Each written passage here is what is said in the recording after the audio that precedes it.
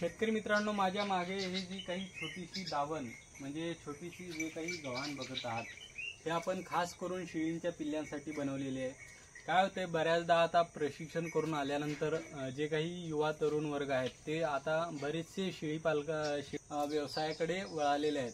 तर त्यांच्यासाठी एक मोठी समस्या अशी असते की ज्यावेळेस आपण शेळ्यांसाठी अशी जी काही मागची मोठी गव्हाण आहे अशा पद्धतीने जी काही गव्हाण बनवतो, त्यानंतर जी काही लहान करडा आहेत म्हणजे लहान पिल्लं आहेत 3 महिन्याच्या आतील, त्या पिल्लांना खाण्यासाठी जर आपण आपल्या टोपल्यामध्ये जर त्यांना काही खाद्य वगैरे दिलं तर ते आतमध्ये पाय घालतात आणि त्यानंतर ते जे काही खाद्य आहे त्यामध्ये माती जाते आणि त्यानंतर ते खात नाहीत। आणि बऱ्याचदा काय होतं, ही जी गव्हाण आहे ते शेळ्यांसाठी बनवलेली जी काही मागची गव्हाण आहे त्याची उंची जास्त असल्या कारणाने आपली जी काही करडा आहेत ते खाऊ शकत नाहीत त्यामध्ये, आणि करडं जर त्यामध्येच असतील तर करडं उड्या मारून आतमध्ये त्या दावणीमध्ये जाऊ शकतात।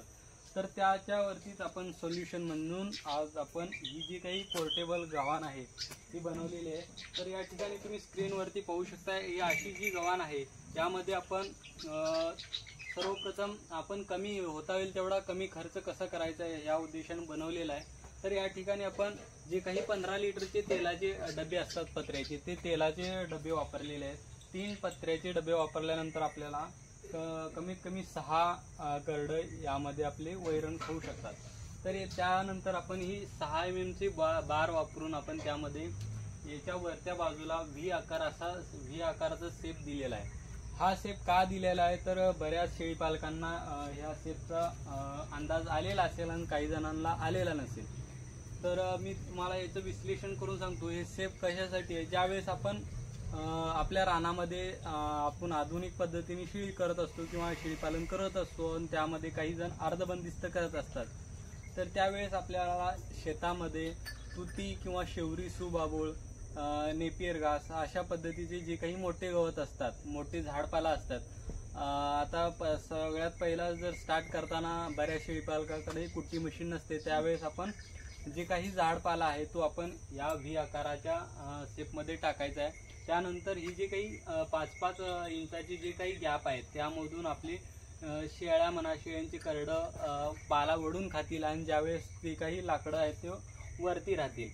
आणि हे जे काही पत्र्याचे डबे आहेत हे पूर्ण एका शेळीसाठी एक ट्रे बनल्यासारखं, म्हणजे एका पिल्लासाठी एक ट्रे आहे। त्यामध्ये आपण पशुखाद्य किंवा सुका चारा म्हणून कडब्याची कुट्टी किंवा तुरीचं बुसकट, हरभऱ्याचं बुसकट हे असं आपण यामध्ये देऊ शकतो। आणि हा जो वरचा शेप आहे तो असा शेप असल्या कारणाने शेळींची करडं जे आहेत ते आतमध्ये जाणार नाहीत।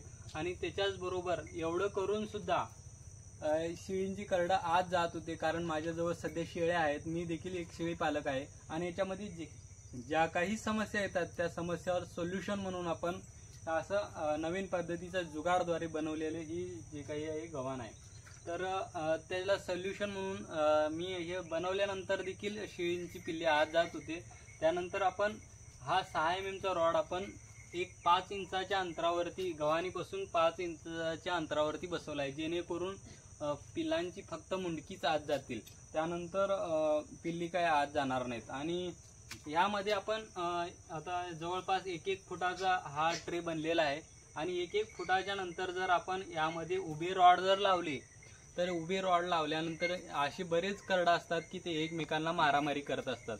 मारामारी करताना बऱ्याचदा जर समजा हे 1-1 फुटाचा जर आपण या ठिकाणी कप्पा केला आणि या ठिकाणी कप्पा केल्यानंतर ज्यावेळेस आपलं एखादं करडू आतमध्ये वैरण किंवा खुराक खात असते, दुसरं जे आगाव असते ते येऊन जर पोटामध्ये मारलं किंवा त्याला मारण्याचा जर प्रयत्न केला तर 1 फुटाच्या कप्प्या असल्या कारणाने त्याला लवकर मान बाहेर काढता येणार नाही। याच्यासाठी आपण पूर्णपणे मोकळीक दिलेली आहे। जरी मारायला आलं तर तिथून तेवढ्या अंतरातून तो सरकून असं बाजूला येऊ शकतो। या पद्धतीने आपण याच्यावरती थोडाफार विचार करून असं बनवलेलं आहे। आणि त्याचबरोबर जर आपण अर्धबंदिस्त किंवा पूर्ण बंदिस्त जर शेळी पालन केलं तर बऱ्याचदा काय होतंय, आपण पिण्यासाठी पाणी जो ठेवतोय टोपलं भरून त्या ठिकाणी त्या टोपल्यामध्ये माती पडते किंवा शेळ्या जर म्हणजे मोकळ्या असतील तर ते फिरताना त्या टोपल्यामध्ये लेंड्या वगैरे पडू शकतात किंवा काही करडं जे असतात ते आतमध्ये पाय घालून पाणी पितात। तर त्या समस्येचं समाधानच म्हणून आपण याच्याबरोबर या ठिकाणी तुम्ही पाहू शकता, या ठिकाणी छोटंसं आपण एक साचा बनवलेला आहे आणि त्या ठिकाणी आपण स्टीलचं भगोनं बसवलेलं आहे. तुम्ही या ठिकाणी बादली बसवू शकता किंवा बकेट बसवू शकता आणि किंवा तुम्ही जे काही आपलं टोपलं असते भरडा वगैरे द्यायचं, खाद्य द्यायचं, त्या भरड्याच्या टोपल्याच्या साईजनुसार आपण या ठिकाणी गोल आकार बनवून त्या ठिकाणी वरच्या वरीच आपलं टोपलं बसवू शकताय. आणि या ठिकाणी आपण आदरच्या वरच्या वर पाणी पिण्याची सोय केलेली आहे, जेणेकरून जे काही खाद्य आहे किंवा जो काही वैरण आहे ते वैरण खाल्ल्यानंतर जे काही शेळींचे पिल्ले आहेत ते आपल्याला पाणी पिऊन इथं व्यवस्थित बसून राहतील. पाणी पिण्यासाठी दुसरीकडे जाण्याची काही गरज नाही. या ठिकाणी आपण 6 पिल्ले जर 2.5 ते 3 महिन्याच्या पुढे गेलेले जर पिल्ले असतील ते 6 पिल्ले या ठिकाणी कम्फर्टेबलपणे या ठिकाणी वैरण खाऊ शकतात. आणि जरी वयाने लहान असतील तर या ठिकाणी कमीत कमी 10 ते 12 पिल्ले महिन्याच्या नंतरची जी काही 2-2.5 महिन्यापर्यंत 1 महिना ते 2-2.5 महिन्यापर्यंतची जी काही पिल्ले आहेत त्या दोन्ही बाजूने पलीकडनं 6 अलीकडनं 6 अशा पद्धतीने 10 ते 12 पिल्ले आपल्याला या ठिकाणी वैरण खाऊ शकतात. आणि याची जर उंची बघाल तर पूर्णपणे 2.5 फुटाची उंची आहे पूर्ण. आणि त्यामुळे आणि या ठिकाणी मी तुम्हाला एक लाईव्ह डेमो देखील दाखवतो ज्या पद्धतीने आता आपण याच्यामध्ये खुराक घातल्यानंतर आमच्या जे काही करडं आहेत ते करडं कसं खातात आणि जो काही आपली वैरण आहे ते वैरण टाकल्यानंतर कसं खातात हे देखील तुम्हाला लाईव्ह डेमो दाखवतो. तर शेळीपालकांनो या ठिकाणी पाहू शकता आमच्याजवळ 3 करडं आहेत. तर त्या 3 करडांना आपण खाद्य म्हणून शेंगाची पेंड मका वगैरे टाकलेली आहे. तर या ठिकाणी त्या बकेटमध्ये पूर्णपणे ती एकदम कम्फर्टेबल पद्धतीने आपलं जे काही वैरण आहेत जी काही खुराक आहे ते खात आहेत.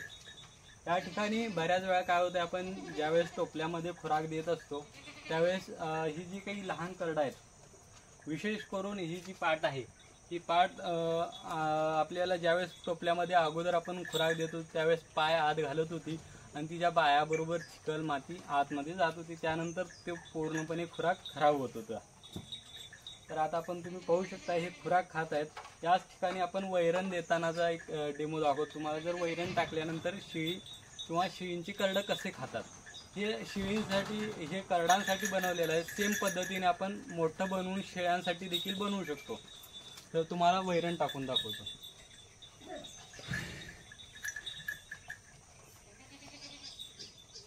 हे पाहू शकता ही शेवरी आहे. तर या ठिकाणी अशा पद्धतीने ह्या व्ही आकारामध्ये ही बसते. या असं बसल्यामुळे जो काही याच्यामधले हे जे काही लाकडं आहेत हे लाकडं पूर्णपणे या बकेटमध्ये पडणार नाहीत, फक्त वरच्या वरी व्ही आकारामध्ये पडतील. त्यानंतर ही जी काही आपली करडं आहेत ती करडं तुम्हाला दाखवतो कशा पद्धतीने खाणार आहेत.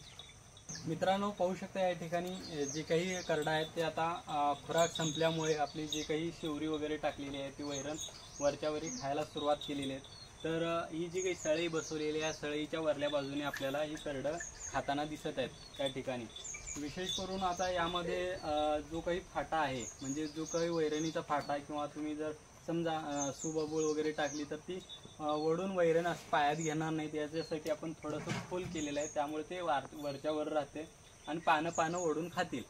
तर मित्रांनो हा जुगाड कसा वाटला आणि ही गव्हाण कशी वाटली, आणि जर तुम्हाला ही गव्हाण खरेदी करायची असेल किंवा आपल्या गोट्यामध्ये बनवायची असेल तर तुम्ही काय कराल, तर सर्वप्रथम मला संपर्क साधा. त्यानंतर मी याचा संपूर्ण खर्च सांगेन, होता येईल तेवढा तुम्हाला कमी खर्चात कसं बनवायचं हे देखील सांगेन. तर माझा संपर्क आहे 90 21 73 99 29. या ठिकाणी तुम्ही जर कॉल किंवा व्हॉट्सअपवरती मेसेज केलात तर मी तुम्हाला व्यवस्थित याची माहिती सांगेन आणि हे किती आपल्याला किती कार्डांसाठी पाहिजे याच्यानुसार आपली किंमत कमी जास्त होत असते. तर मित्रांनो जर तुम्हाला ही पाहिजे असेल तर मी तुमच्या जर तुम्ही ट्रान्सपोर्टमध्ये यायला जायला जर लांब होत असेल तर मी तुमच्या वस्तीवरती किंवा तुमच्या गोट्यावरती येऊन बनवू देखील शकतो. म्हणजे आपली होम डिलिव्हरी किंवा आपण होम सर्व्हिस देखील देतो. तर मित्रांनो हा व्हिडिओ कसा वाटला हे कमेंट करून सांगा. आणि त्याच पद्धतीने या ठिकाणी आपले जे काही ऑर्डर आलेले आहेत शेतकऱ्यांच्या तर या ठिकाणी आपण ही अशी मोठी गव्हाण देखील तयार करत आहोत. म्हणजे तुमच्या आवडीप्रमाणे आणि आमच्या सवडीप्रमाणे आम्ही तुम्हाला व्यवस्थित चांगली आणि तुम्हाला पाहिजे त्या क्वालिटीची गव्हाणी दावण्या परत हे झाले शेळ्यांसाठी. आणि आपण गाय म्हैस बैल यांच्यासाठी देखील आपण अर्धे बॅरल कट करून त्या देखील गव्हाण्या बनवलेल्या आहेत. आपल्या यूट्यूब चॅनलवरती फेसबुकवरती अशा बरेच जे पोस्ट आहेत त्या ठिकाणी तुम्ही याच्या अगोदरच्या देखील गव्हाणे बघू शकताय, म्हणजे बॅरेलद्वारे आपण बॅरेल कट करून आपल्या गाई म्हशींसाठी वैरण खाण्यासाठी कसे केले हे देखील तुम्ही कमी खर्चात होता येईल तेवढ्या कमी खर्चात आपण बनवलेलं आहे. तर ते देखील व्हिडिओ पहा आणि जास्तीत जास्त शेळीपालकांपर्यंत शेअर करा आणि आम्हाला एक बार तुमच्या सेवेची संधी द्या. भेटूया पुढील व्हिडिओमध्ये.